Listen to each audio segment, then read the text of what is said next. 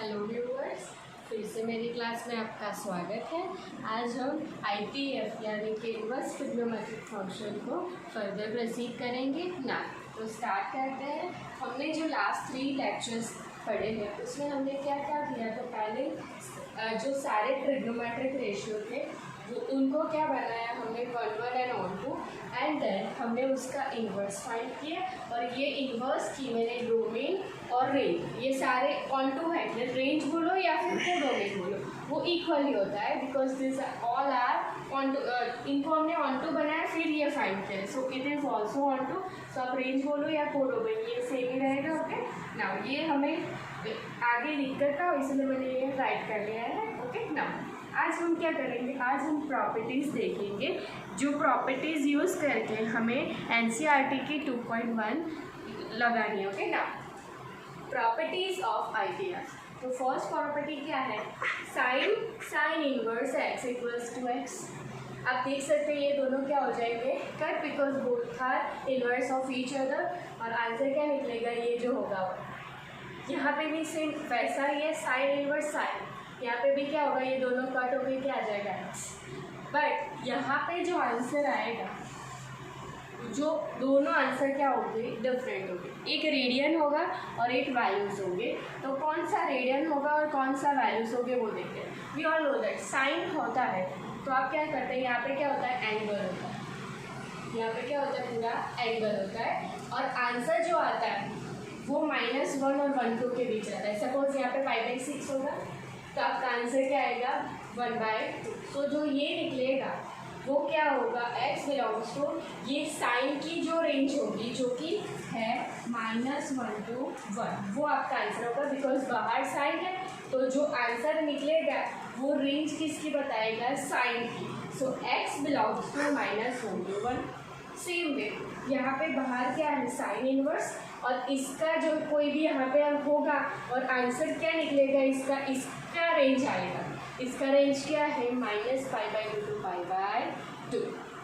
Okay, सो इसका range क्या निकलेगा, ये जो x होगा वो लाई करेगा इन बिटवीन -π/2 to π/2, एंड वो दोनों भी आ सकते। ओके ना, सो इसका ये तो आप देख सकते हैं, ये दोनों FOG और GOF टाइप के होते हैं। सो इसे कॉम्पोजिट फंक्शन भी बोलते हैं, because all we know that FOG of x means f of g of x। तो ये कुछ ऐसा ही है, साइन इनवर्स यानी कि f ऑफ x है और g of x sine x। Okay, so ये दोनों क्या है, कॉम्पोजिट फंक्शन। और ये जो आंसर है वो रेंज पर डिपेंड है। यहाँ पे साइन इनवर्स की रेंज निकलेगी x में और यहाँ पे साइन की रेंज आएगी ना। सब एग्जाम्पल करते हैं, तो यहाँ पे देख सकते हैं साइन इनवर्स 10। सो ये कैंसिल हो गया, आंसर 10 आएगा। ये आप सोच रहे हो नहीं, क्यों 10 नहीं आ सकता, बिकॉज जब ये जो है आप इसको इससे कंपेयर कर सकते हैं तो आंसर x निकला। But in case x belongs to -1 to 1, x किस रेंज में होना चाहिए, -1 to और 1 के। यहाँ पे 10 है जो इस रेंज में नहीं है, so does not belongs to -1 to 1। So इसके इक्वल हम 10 नहीं लिख सकते, दिस इज नॉट पॉसिबल ना। फर्दर एक एग्जाम्पल देखते हैं, साइन इनवर्स 1/2। सो ये दोनों कट होके 1/2 आएगा कि नहीं आएगा, आप देखते हैं। ये साइन है बाहर, तो साइन होता है तब आंसर क्या निकलता है, -1 और 1 के बीच। तो 1/2 -1 और 1 के बीच है, yes it is belongs to -1 and 1। So ये हाफ लिख सकते हैं आप। सेम इसके एग्जाम्पल देखते हैं, तो साइन इनवर्स साइन π/3। तो अब क्या करना पड़ेगा, इसको हम सेकंड से कंपेयर करेंगे। तो सेकंड से कंपेयर करने के बाद ये जो x निकलता है वो इन बिटवीन क्या होता है, -π/2 to π/2। सो π/3 यहाँ पे होता है, all you know that. So this π/3 is belong to this interval. So इसका आंसर हम π/3 लिख सकते हैं। Okay now, so I hope कि आपको ये दोनों प्रॉपर्टी क्लियर हो गई होगी ना। अब इसके अकॉर्डिंग NCERT में एग्जाम्पल और जो सम्स है वो देखते हैं। Example number 1, find principal value of sine inverse 1/√2। ये NCERT का पहला एग्जाम्पल है चैप्टर 2 का। सो यहाँ पे 1/√2 है। तो हमने प्रॉपर्टी देखी कि साइन इनवर्स कब निकल सकता है, अंदर साइन हो तब। तो 1/√2 की क्या वैल्यू होती है, साइन पाई बाई 4 हो तो हम 1/√2 लिख सकते हैं। तो हम 1/√2 की जगह साइन में कन्वर्ट करेंगे बिकॉज साइन इनवर्स है। अगर बाहर कॉस इनवर्स हो तो आप कॉस में कन्वर्ट करो, बाहर जो भी रेशियो है उसके अकॉर्डिंग अंदर की वैल्यू को आप ट्रांसफर कर दीजिए। ओके ना, सो 1/√2 की जगह हम साइन पाई बाई 4 लिखेंगे ना। अब साइन इनवर्स है, साइन है, तो इस टाइप का फंक्शन है, तो यहाँ पे x क्या होगा, लाई करेगा -π/2 और π/2 के बीच। ओके, सो इट इज -π/2 और it is π/2, here is π/4, so lie कर रहा है π/4 -π/2 टू π/2 में, yes π/4 belongs to -π/2 to π/2, so our answer is, ये दोनों कट हो जाएंगे और आंसर क्या निकलेगा π/4। नाउ एक्सरसाइज 2.1 का क्वेश्चन नंबर 1, तो यहाँ पे भी सेम है, आप देख सकते हैं साइन इनवर्स 1/√2 था, उसकी जगह है साइन इनवर्स -1/2। तो हम क्या करेंगे, बाहर साइन इनवर्स है इसीलिए इस वैल्यू को हम किस में कन्वर्ट करेंगे, साइन में। तो आप माइनस की अभी फिक्र मत कीजिए, हाफ यानी क्या होगा, sine π/6 minus as it is रखिए ना। अब साइन माइनस कब होता है, तो आप देख सकते हैं sine minus theta equals to minus sine theta, because sine odd function है, ये आपने क्लास 11 में ऑलरेडी पढ़ रखा है, राइट। सो यहाँ पे माइनस साइन थीटा है, इसकी जगह मैं क्या लिखूंगी, sine minus theta. So I write that minus sine π/6 equals to sine minus π/6। इस प्रॉपर्टी का रिवर्स यूज किया है मैंने यहाँ पे। ओके ना, अब क्या करेंगे, ये कौन सा फॉर्म हुआ, sine inverse sine x equals to x, but ये x क्या होता है, तो कि ये -π/2 और π/2 के बीच होता है। तो जो -π/6 है, तो आप मैंने अभी आपको बताया -π/2 π/2 -π/6 यहाँ पे आएगा। So yes -π/6 is like between -π/2 to π/2, so our answer is -π/6। Sine inverse and sine क्या हो जाएंगे, आई होप इट्स क्लियर ना। क्वेश्चन 13 है 2.1 का, जो कि MCQ है, ऐसे MCQ बहुत ही आते हैं। ओके, तो लिखते हैं, if sine inverse x equals to y, then y की रेंज हमें निकालनी है। तो अभी हमने प्रॉपर्टी क्या डिस्कस की, सेकेंड प्रॉपर्टी देखिए यहाँ पे, sine inverse sine x equals to x, means sine inverse और कुछ भी साथ में हो तो जो आंसर निकलता है वो आंसर लाई करता है -π/2 टू π/2 में। सो यहाँ पे x की जगह क्या है, y है, पूरा साइन इनवर्स, यहाँ पे साइन x नहीं है, कुछ भी है, सोच लीजिए आप, और आंसर जो y आया, सो y क्या होगा, तो कि -π/2 की π/2 में लाई करेगा। So our answer is B। Okay ना, प्रॉपर्टी नेक्स्ट है जो कि कॉस की है, cos inverse x equals to x and cos inverse cos x equals to x ना। अब हम टेबल पर वापस से जाते हैं, तो देखिए यहाँ पे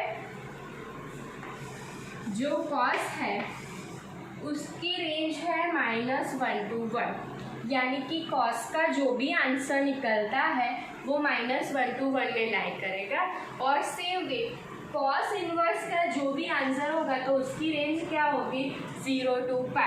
ओके, सो देखते हैं यहाँ पे, देखिए कॉस का आंसर x निकला, तो कॉस की रेंज अभी मैंने बताई -1 to 1 है, तो कॉस का आंसर किस बीच में आना चाहिए, -1 to 1 के बीच। सेम वे कॉस इनवर्स का आंसर x आया, तो कॉस इनवर्स की रेंज क्या है, 0 to π, सो आंसर किस में लाई करेगा, 0 to π। Okay, so I hope it's clear ना। ये दोनों क्या है, हमने जो भी टेबल पढ़ा उसके अकॉर्डिंग कॉस का आंसर आना चाहिए -1 to 1 के बीच, और कॉस इनवर्स का आंसर आना चाहिए 0 to π के बीच ना। ओके, सो जो कॉस इनवर्स होता है x 0 to π में है, सो ऑलवेज क्या होगा, पॉजिटिव होगा। ओके, ग्रेटर इक्वल 0 ना। अब एक एग्जांपल देते हैं इसका ना, कॉस इनवर्स हाफ, तो आप देख सकते हैं यहाँ पे क्या है 1/2, बाहर क्या है, कॉस इनवर्स है, तो अंदर मुझे इसके अकॉर्डिंग कॉस की वैल्यू पुट करनी पड़ेगी। तो हाफ कॉस के टेबल में कब आता है, cos π/3 ना। ये जो कॉस इनवर्स का आंसर है वो किस में लाई करता है, 0 to π के बीच, तो बाहर कॉस इनवर्स है, तो जो आंसर आएगा, ये जो आंसर होगा वो 0 to π में लाई करना चाहिए। तो 0 to π यानी this is 0 and this is π, so π/3 यहाँ पे आता है, तो ये जो आंसर है π/3 हमारा आंसर आएगा वो 0 to π में लाई करेगा। Okay, so π/3 belongs to 0 to π, so so हम इसे कट कर सकते हैं कॉस इनवर्स और कॉस को, और आंसर क्या लिखेंगे पाई बाई 3। नाउ 2.1 का क्वेश्चन नंबर 5। तो यहाँ पे आप देख सकते हैं कॉस इनवर्स -1/3। मैंने अभी साइन में किया वही है करूँगी यहाँ पे। हाफ कॉस के टेबल में कब आता है, मैं अभी आपने ऊपर देखा pi by 3, cos pi by 3 is 1/2 ना minus as it is. Sine में हमने क्या किया था, sine minus theta equals to minus sine theta, but cos में ऐसा नहीं होता because cos is even function, all you know that because you already learn in class 11। Cos minus theta is cos theta. तो हम ये minus कैसे remove करेंगे, सो आप देख सकते हैं कॉस पाई माइनस थीटा क्या होता है, माइनस कॉस थीटा। एंड दूसरा ऑप्शन आपके पास है cos pi plus theta is also minus cos theta, but यहाँ पे मैं पाई माइनस थीटा का यूज़ करूँगी बिकॉज देखिए यहाँ पे आप ये पाई है, मुझे मेरा एंगल 0 to पाई में लाना है बिकॉज कॉस इनवर्स की रेंज है 0 to पाई। अगर मैं पाई माइनस करूँगी तो मेरा एंगल यहाँ पे चला जाएगा, पाई में से कुछ घटेगा, डिक्रीज होगा, सो यहाँ पे जाएगा। अगर मैंने पाई प्लस लिखा तो पाई प्लस यानी कौन सा क्वाड्रेंट आ जाएगा, 3 या 4 क्वाड्रेंट, जो कि हमारे कॉस इनवर्स की रेंज में नहीं है। सो हम क्या लिखेंगे यहाँ पे, कॉस माइनस कॉस थीटा की जगह cos pi minus theta. So minus cos theta की जगह रिवर्स प्रॉपर्टी यूज़ करेंगे, कॉस पाई माइनस थीटा। सो यहाँ पर थीटा क्या है, पाई बाई 3, तो यहाँ पे भी write that minus cos pi by 3 equals to cos pi minus pi by 3। Theta की जगह यहाँ पे क्या है, पाई बाई 3। नाउ इसे सिंप्लीफाई कीजिए, 3 पाई माइनस 5 2 पाई बाई 3, तो 2 पाई बाई 3 जो होगा वो हमारा सेकेंड क्वाड्रेंट में लाई करेगा जो कि 0 to पाई में है। सो 2 पाई बाई 3 है is belongs to 0 to pi. I hope it's clear कि यहाँ पे पाई प्लस क्यों नहीं लेना है। ओके यहाँ पे आप पाई और पाई के मल्टीपल्स जो होते हैं सारे ले सकते हैं according to quadrant and angle. Okay range में लाने के लिए ऐसा ही नहीं है कि आप पाई ही यूज़ कर सकते हैं, 3 पाई भी यूज़ कर सकते हैं, but depends on a angle given in a question, हम ये यूज़ करेंगे ना। क्वेश्चन नंबर 2, ये था क्वेश्चन 5 जो थोड़ा टफ था लिटिल बिट ना। क्वेश्चन 5 जो कि बहुत ही ईजी है, हमने अभी कॉस हाफ का किया वैसा, कॉस इनवर्स हाफ का किया वैसा ही है, कॉस इनवर्स √3/2। क्या बोला है, फाइंड प्रिंसिपल वैल्यू। ओके ना, तो प्रिंसिपल वैल्यू के लिए क्या करेंगे, बाहर कॉस इनवर्स है तो अंदर जो होता है उसे किस में कन्वर्ट करेंगे, according to value of cos. So √3/2 means cos pi by 6 ना, पाई बाय 6 0 to पाई में लाई करता है, यस ये 0 to 180 डिग्री हो, ये क्या है 30 डिग्री, तो 30 डिग्री बिलोंग्स टू 0 to 180। सो ये दोनों रिमूव होकर आंसर क्या आ जाएगा, पाई by 6। Okay so I hope it's clear ना। ये सारे आपको होमवर्क में करना है क्योंकि ये जो रेंज में लाने का जो पूरा कंसेप्ट है वो प्रैक्टिस से ही आएगा फ्रेंड्स, और एनसीईआरटी में इतने सम अवेलेबल नहीं है कि आपकी पूरी प्रैक्टिस हो पाए, इसलिए मैंने थोड़े बहुत क्वेश्चन खुद से बना के आपको एज अ असाइनमेंट होमवर्क में दिए हैं। सो प्लीज़ इसे ट्राई कीजिए। For any query contact me on my WhatsApp number. Thank you.